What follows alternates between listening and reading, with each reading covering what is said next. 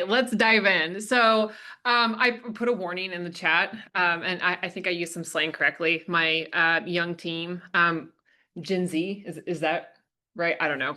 Um, I don't even know what generation I'm from. But anyways, they said I used the term correctly. So I'm gonna go over 20 minutes because I have like a minute per slide, and that's just not possible. But I have a really important message, and I kind of went down a different rabbit hole than the topic, but it all ties back together. So bear with me. Super excited to be here.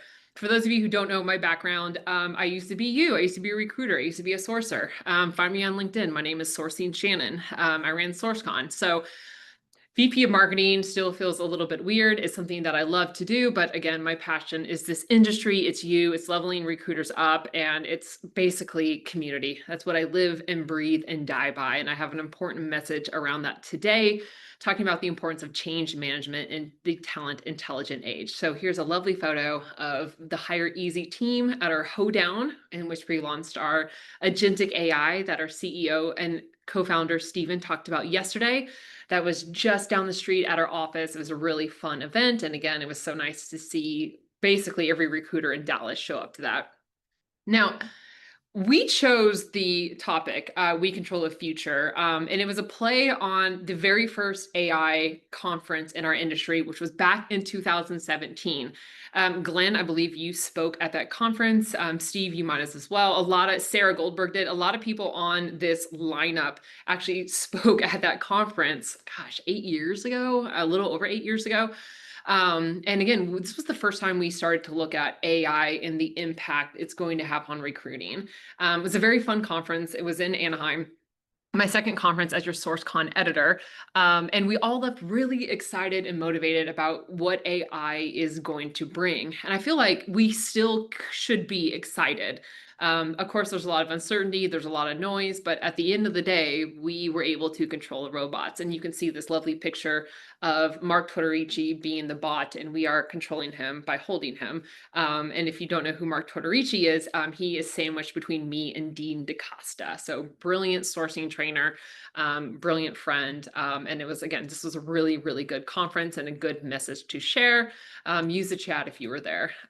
All right, so I wanted to paint a story through data, and I think people use data so incorrect. Data tells a story. Well, and I'm a storyteller.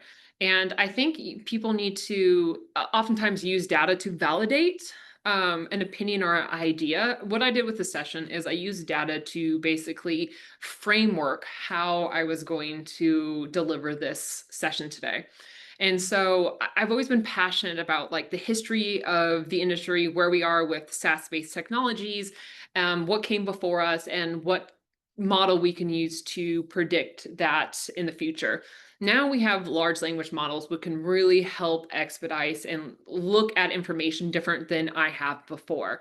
So first thing I wanted to get into is, if you are as old as me, and I've been around for a while, don't let the Botox, can't even pronounce it, fool you.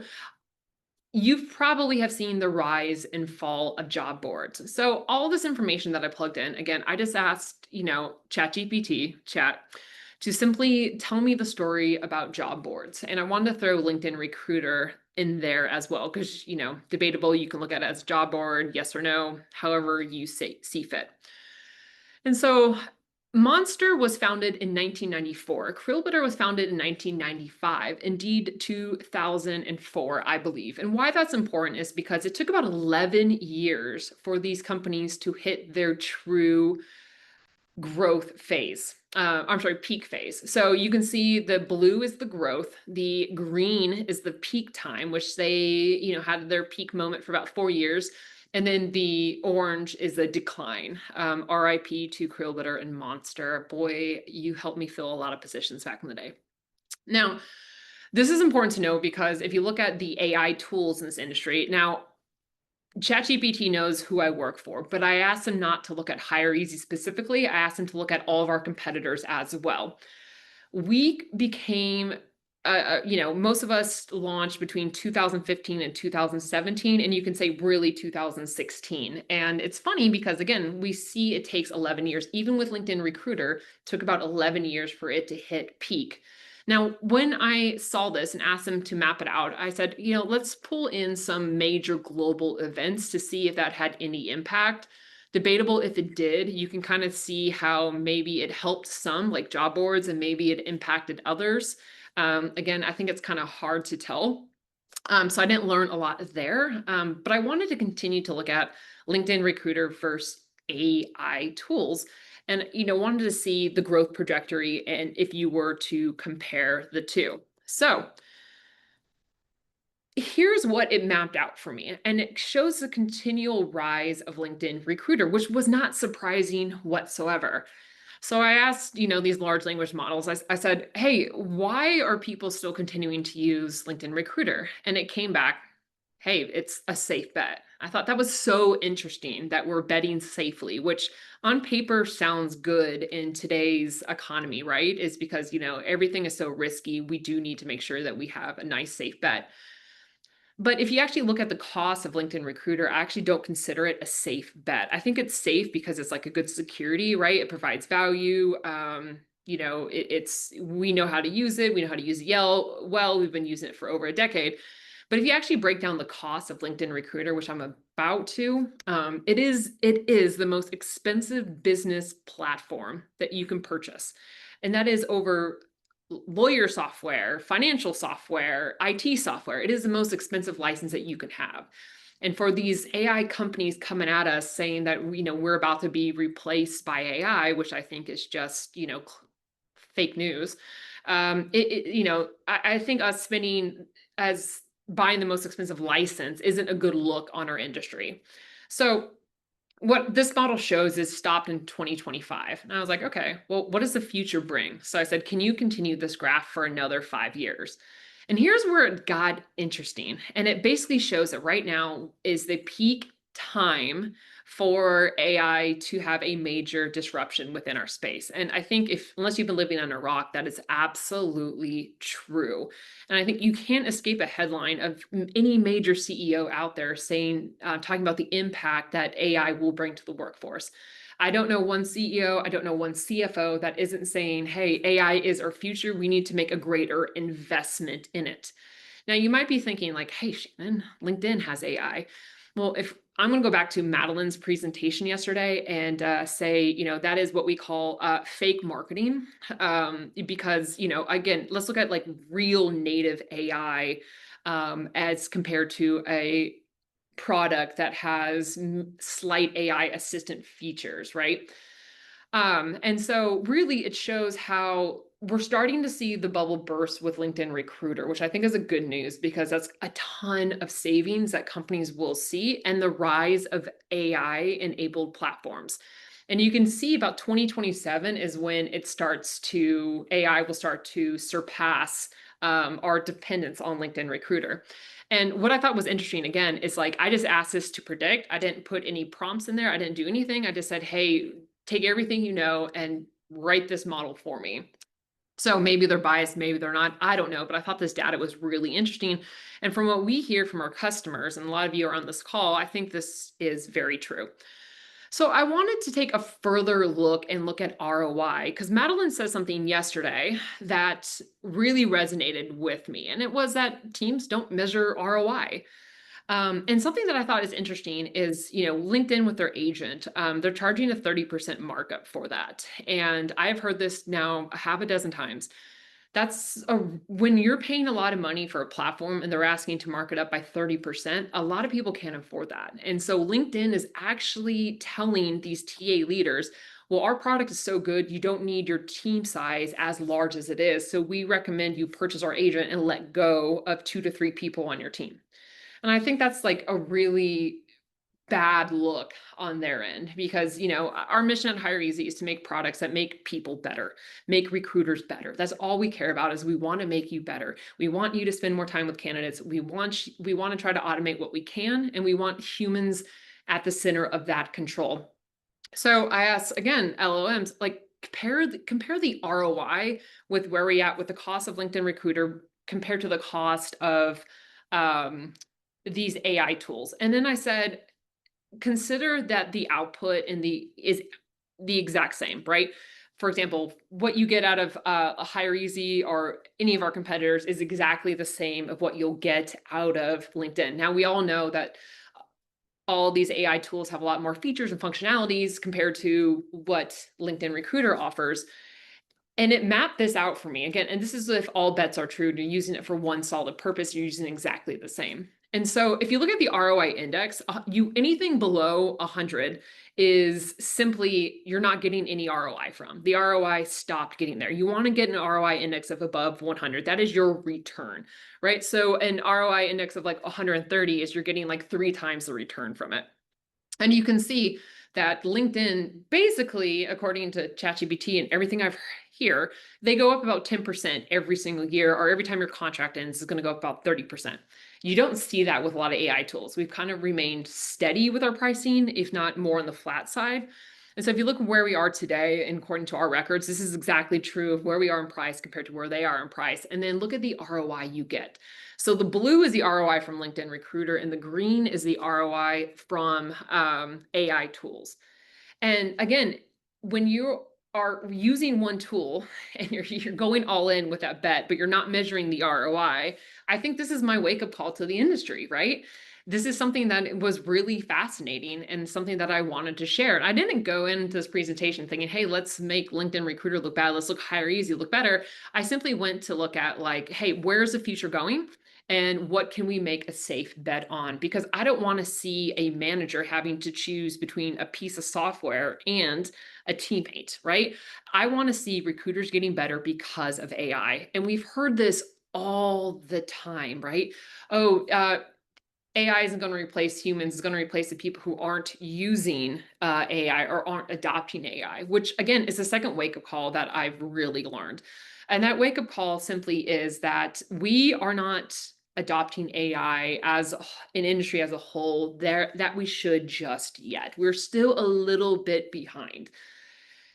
And I think that's simply because of change management and us not being comfortable to change and us not really forgetting what we've done before, unlearning what we've done before, and be willing to go all in with a completely different process and mentality.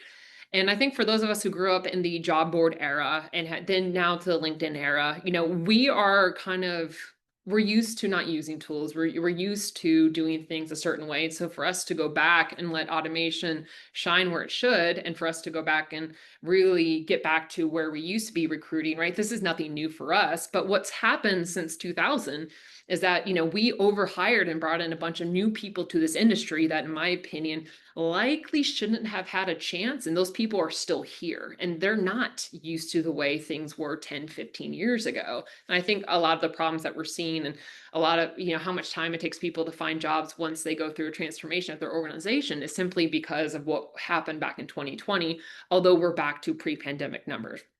So you can kind of see some of these statistics right here, right, about how digital transformations fail. And it's just because we're very much resistant to change, right? I see this all the time. We purchased a new set of software, but we didn't give up our old one. And so we went all in for about a week or two, and then we went back to our old ways, right? And I think it's like this goes through a lack of proper planning, a lack of execution, and a lack of a vision into the type of team or the type of company we actually want to be. And this is so hard because you're basically taking a whole new process, a whole new way of doing things, and you're making a bet to see if this is actually going to work. And that is scary for a lot of people. But I think in this kind of environment that we are okay, we should be okay with starting to take these risks. And I love this statistic from SIA, confidence in AI systems only rose from 37% to 51%, suggesting that adoption is still fragile. And I think that's absolutely true. So as an industry with AI knocking at our door, it's important for us to start to break shit, right? We can't continue to be apathetic and stagnant in how we were doing things before. We really need to throw that out the window because, again, there's a high cost associated with shrinking returns. And we see that over and over again. And like I say in here, stagnation is the fastest way to fall behind, right? I don't like to be comfortable. I think being comfortable is boring. I don't know if this is because I have ADD or I get distracted by shiny objects, but I have to change. And if you ask anyone on my team, I'm always throwing things out the window and moving ahead too fast. And oftentimes they had to flag me down and be like, we haven't given this enough time to be successful yet, Shannon. And so, again, I think it's my strength and my weakness. But I'm always looking to change. I'm always looking to level up. And in marketing, if you start doing everything the exact same way, you are going to be behind. And that's the biggest lesson I learned from being a marketing leader, is that you have to change, you have to evolve, and you have to study to see what other people aren't doing, right? And so again, if you're comfortable, you're doing it wrong. And I'm going to throw little nuggets from Adam Grant, because I fascinated with his material. I'm fascinated with his books. He has plenty, and he has just a lot of really good wisdom to say about change and, of course, unlearning. Now, one of the things that I think is a mistake, and I hear this all this time, gosh, even before I worked for an HR tech company, I've always been tired of people who have never been in tech, who take a backseat at our industry, or who had a bad experience with the recruiter, get into our industry because they think they can do it better themselves, right? And it's such a mistake. And one of the most genius things that Steven and Shinwin did at Hire Easy was they started to study people. And they sat down with me when they first started this company and they said, how do we make this successful? And I said, well, you have to become a recruiter. I was like, you have to be a member of the community. You have to learn from us. You have to listen to us, right? Let us in on the product discussions. And that's exactly what we continue to do at Hire Easy.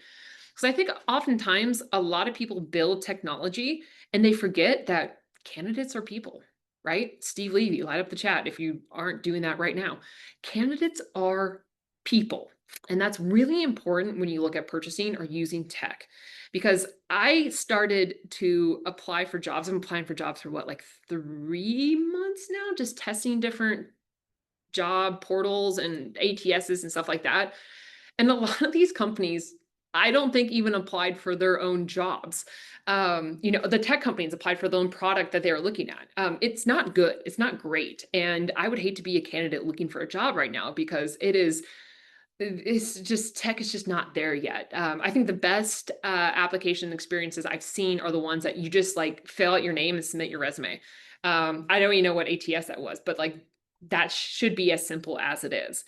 But even worse, when you look at tech, you oftentimes forget that like recruiters are people too, right? And we get treated that we're not often. And we've all got in this industry because we are people and we value connection and we value being around other people.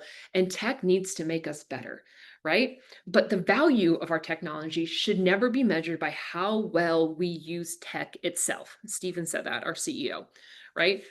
Our value should be, again, how we live our lives, how we do our job, how we help somebody get a job, right? It shouldn't be how often we used technology. And that's why I'm so excited about AI, because I'm like, wow, here's a product that can make us better. And so we can actually spend time doing things that actually matter, which in as a recruiter, that was filling positions and growing teams and giving people the opportunity to provide for their families. Because at the end of the day, AI is just a tool, right? And I shouldn't be there to replace us, should only be there to make us better. And I love this Adam Grant quote: AI is an assisted device, which still makes it a tool in my view. It cannot bring human creativity and nuance to an assistive relationship. He actually said this during a talk with the OpenAI CEO. And if you follow my FRBR on LinkedIn, I broke down that podcast between them, which was back in January. So really cool episode if you guys want to go back and take a listen to it. So how do you make change management actually happen? Again, break it apart, have that vision. I think like recruiters, the reason how we do our marketing at Hire Easy is we appeal to the actual user. We learn from the actual user. And that is something that we want recruiters to feel empowered enough to go in to their leader and say, hey, what we're doing isn't working. And I want to be able to do things better. And you have to know that vision and you have to have that why behind what you are trying to do. And you can kind of map out the pain points from there. And something that is so important, things get under tested, right? We get excited about ideas, we get overconfident, and that overconfidence sometimes leads us to not really following through with the actual product, right? You get test and prove, right? There are a lot of products that I've been really excited about on the MarTech side of things that never came to fruition because once I started looking into it, I realized that this is not going to help us. And this is just has some really good marketing, but again, not really beneficial for my organization.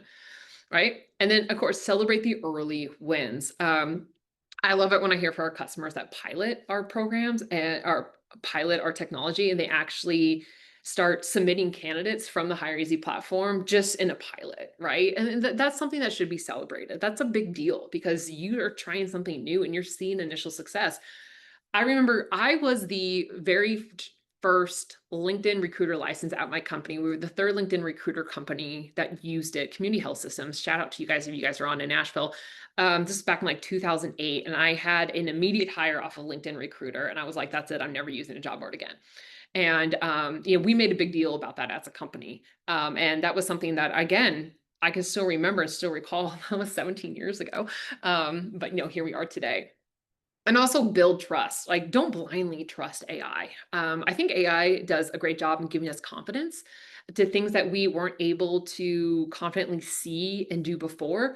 But when you're looking at change management, right, let it build that confidence for you, but also let it build trust over time, right? And that's something a lot of us trust our old systems that we're using, and because it's worked for us before. But also, when you're looking at a new system, let that take time for you to build trust as well. Don't just get a couple good results and be like, yes, I'm all in, right? Let it grow, let it take time. And then again, in order for change management to be effective, you have to give up the old way of doing things yourself, right? So one of my favorite quotes I want to end with is, and if you don't have this book, go out and buy this book. Glenn, I sent you this book. I hope you read it because when I read it, I kept thinking, oh my God, it's like my good friend Glenn. He has to have this book. And then I called you, Glenn. You're like, no, I haven't read the book. So I sent you the book. So here it is right here. Think again, go out and buy it. One of the most eye-opening books for me, just really changed my philosophy on leadership and how I approach different situations. And it says, learning requires the humility to admit what you don't know today. Unlearning requires the integrity to admit that you were wrong yesterday. Jerry, I know you're on. Jerry said something that really resonated with me a year ago. We were at a conference. Him and I are always conference besties. You'll see us side by side most of the time. And he wanted to go in a session. And I said, why, Jerry? What are you going to learn in there? And me and my ego were like, I'm just going to stay at the bar. And Jerry's like, it's not about learning. He goes, I want someone to say something in a way that I didn't think of them to say that before. And that's how I learn. He's like, I don't go in being like, I want to learn something new today. He goes, I want to go in and have something position or have the people position something differently. And when someone gives me a different viewpoint, that is in return how I learn. I thought that was so beautiful because he goes in and he wants to challenge what he knows, basically, is what he was trying to say. I thought that was so cool. And it really humbled me to think that, like, yeah, I still have a lot I can learn myself too. And I've learned so much from you guys. And I want to end with that we do control the future, right? Don't let some AI CEO come in and say that, are a big conglomerate and tell us that we're going to be, they're betting against us, but we still very much control our own destination. And let's end this fear mongering that we will be replaced because we still control the robots and we still control our future. So I wanted to end with this quote that ChatGPT helped me to write. But in this age, the smartest recruiters aren't the ones who know every button in an old system. They're the ones who have the courage to unlearn, relearn, and let intelligent systems work for them. And I absolutely love that.